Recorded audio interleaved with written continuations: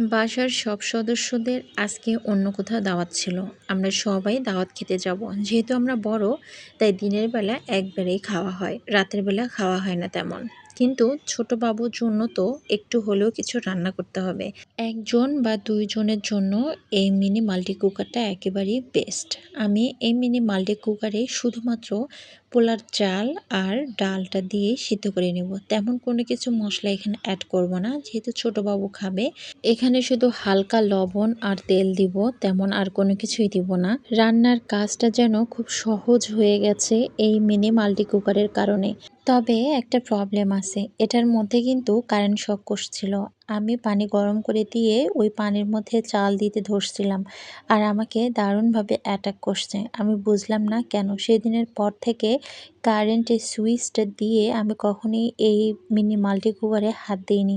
Switch off করার পরেই কিন্তু এই মাল্টি কুকারে হাত দিয়েছি। আর এই তো হয়ে গেল খিচুড়ি।